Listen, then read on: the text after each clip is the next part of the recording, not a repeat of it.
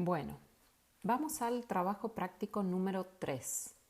Bibliografía es Carol Mariana, La Constitución Subjetiva del Niño. Partimos con la pregunta número 1, que hace referencia a la primera parte de este texto, donde en la página 78 a la 72 va a contar la historia del salvaje de Aveirón. ¿Qué nos hace sujetos? Plantea este texto como título del salvaje de Aveirón.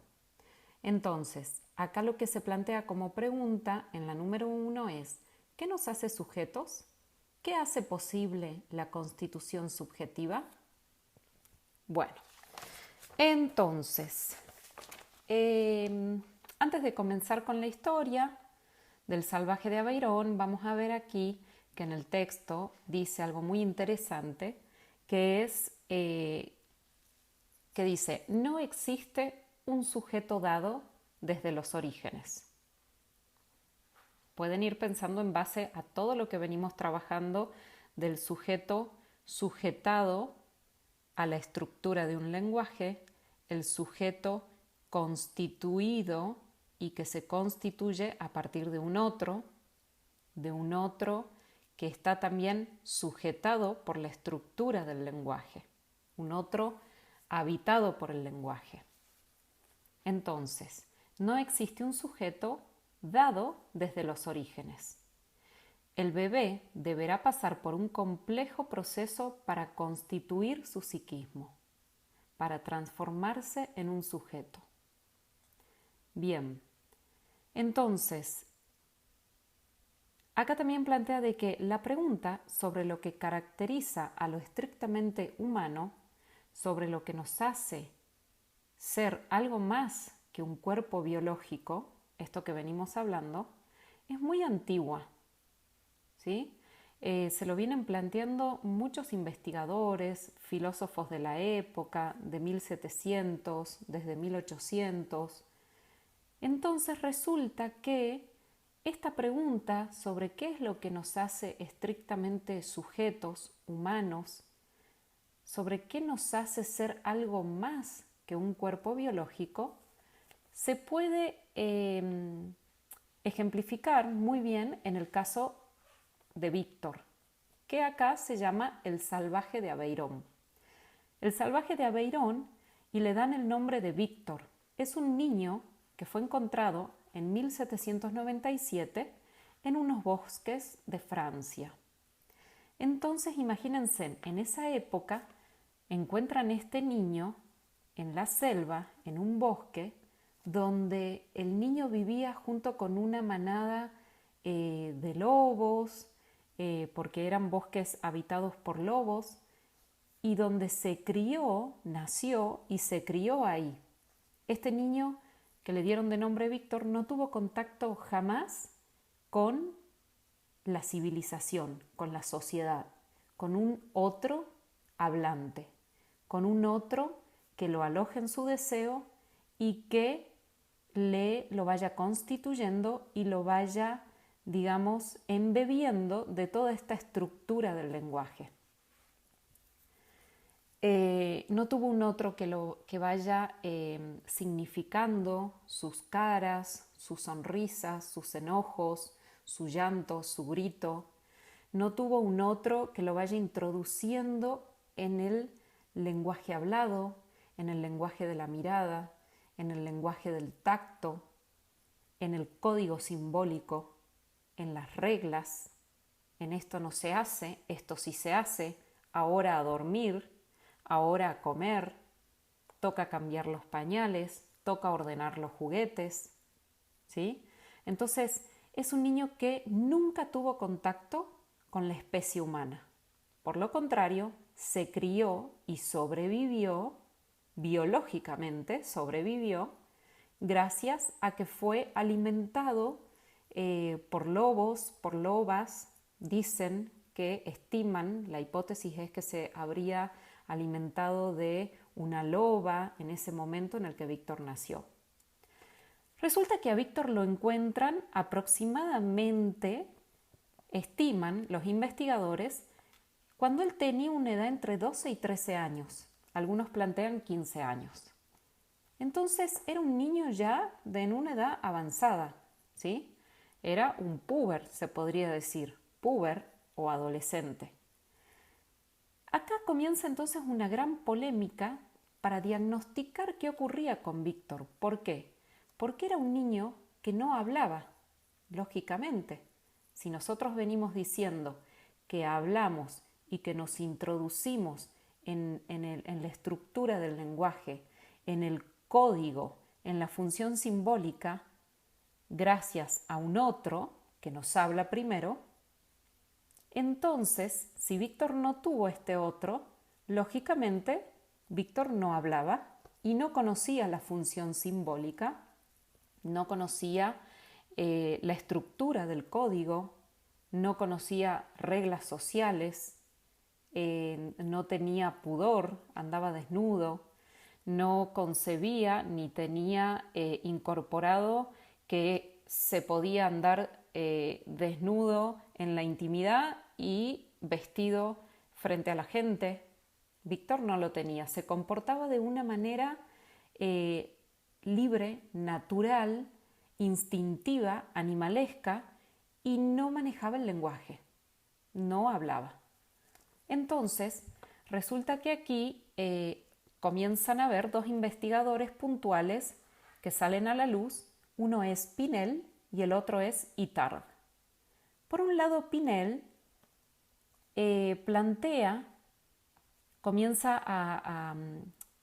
digamos que lo aíslan a Víctor de la selva, del bosque, y comienzan a estudiarlo. Entonces Pinel, a través de sus estudios, termina enojándose mucho porque nada Víctor podía aprender, no aprendía las reglas sociales, no se reeducaba, no aprendió ciertas palabritas sueltas, pero después se las olvidaba. Es decir, no había un avance en su incorporación a la estructura del lenguaje, a lo simbólico, a responder a un otro, a responder a las palabras, a la mirada de ese otro. Entonces, Pinel termina definiendo que Víctor tenía una demencia y una idiotez. Para esa época manejaban estos términos, demencia e idiotez. Por otro lado, el médico Itard plantea algo diferente. Se dedica también puntillosamente a estudiarlo y plantea que para él las cosas eran distintas. Él rechazaba el diagnóstico de idiotez. Sí creía plenamente en la posibilidad de reeducar a Víctor y se dedicó a eso. A pesar de su gran insistencia en esta reeducación, se dio con que después de muchos años de invertir tiempo en eso, no llegó Víctor a adquirir el lenguaje hablado. No logró. Entonces, ¿qué planteamos aquí? Que la función del lenguaje, el lenguaje como estructura que transversaliza al ser humano, como estructura que atraviesa a todos los seres humanos de todas las culturas, de todas las razas y de todos los lugares del mundo, el lenguaje tiene una función constitutiva, ¿sí? Una función constitutiva. ¿Qué significa eso? Que el lenguaje nos va a otorgar un lugar a nosotros en una filiación genética. El lenguaje nos va a dar un lugar de significación de nuestros actos, de nuestras conductas, de nuestras caras, de nuestro llanto. El lenguaje nos va a denominar y a nominar el mundo que nos rodea. Nos va a decir, esto está permitido, esto está prohibido, esto es frío, esto es caliente, no lo toques, esto es peligroso, ¿sí? Entonces, el problema que tenía Víctor es que él no podía emitir palabras. Y no podía emitir palabras porque Víctor creció en un mundo sin palabras. Simplemente creció en un mundo limitado a los objetos de sus primeras necesidades o de sus necesidades. de su atención, de su interés. Entonces, Víctor no tenía el lenguaje hablado y no lo pudo incorporar a esta edad de 12, 13, 15 años. El nudo de la cuestión aquí que se plantea es la cuestión de la función simbólica, es decir, de la función de cuán importante es lo simbólico en la constitución de un sujeto. Como vemos, se puede perfectamente sobrevivir biológicamente en un mundo no hablado, en un mundo no humano, en un mundo sin un otro, se puede sobrevivir biológicamente, como en el caso de Víctor, pero no se va a dar la constitución subjetiva. Entonces se va a dar el desarrollo, la maduración de los órganos, del cuerpo, pero no se va a dar la constitución subjetiva, que nos la otorga la función simbólica. La función del símbolo en nosotros es fundamental y que va a ser transmitida por un otro. Primero será el otro más cercano que tengamos apenas nacemos y luego van a ser muchos otros. Luego la sociedad, a medida que voy creciendo los compañeritos del colegio, la escuela es un otro muy importante que nos va a ir transmitiendo la función simbólica, las reglas, las leyes.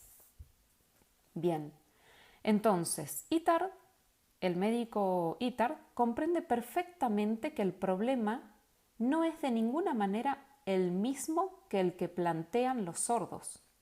Ustedes vieron que los sordos son personas, los sordos de nacimiento, son personas que no tienen posibilidad de escuchar el lenguaje hablado, ¿sí? La palabra no la escuchan. Pero ojo, existe entre Víctor y las personas que nacen sordas, existe una diferencia radical. ¿Cuál es? Es que el sordo ha vivido y ha nacido y ha vivido en un universo organizado por las estructuras del lenguaje, aun cuando nunca haya oído. En cambio, un sujeto no hablante que no ha nacido en el universo organizado por las estructuras del lenguaje,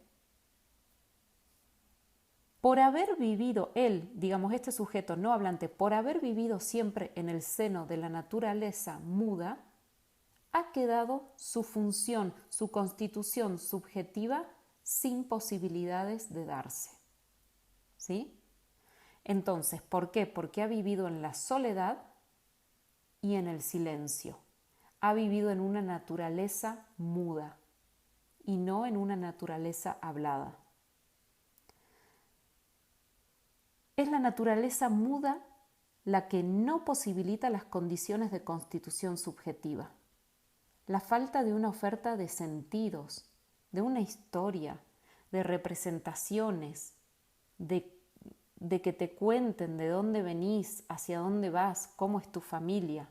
La falta de todo eso hace que la constitución subjetiva no se dé. Entonces no hace falta encontrarse en el medio de la naturaleza, podemos verlo, para que esta oferta de sentidos, oferta de historia, de representaciones, no se produzca o se produzca con serias restricciones. ¿Qué significa esto? Que podemos nacer, que no hace falta nacer en el medio de una selva para que la constitución subjetiva se dé a medias o se dé muy pobre, muy empobrecida. ¿Por qué? Porque muchas veces un niño que nace en un medio hablante no recibe estas representaciones o son muy pobres, no recibe estos sentidos es muy pobre su historia, o es muy negativa, es muy mala. Entonces, mientras que un niño sordo puede recibir de padres mudos una oferta de sentidos fecunda y rica, es posible que padres hablantes se encuentren inhabilitados para realizar esta oferta de sentidos e ir introduciendo al sujeto en el deseo, en la circulación del deseo, en la palabra, en la historización, en el sentido, en la significación y en las representaciones. Bien. ¿Qué más? Entonces tengamos en claro de que el cuerpo biológico es condición necesaria, ¿sí? Es una condición necesaria para la constitución subjetiva. Si el cuerpo biológico no va, está mal nutrido, está enfermo, tiene deficiencias, y la constitución subjetiva también se va a ver implicada.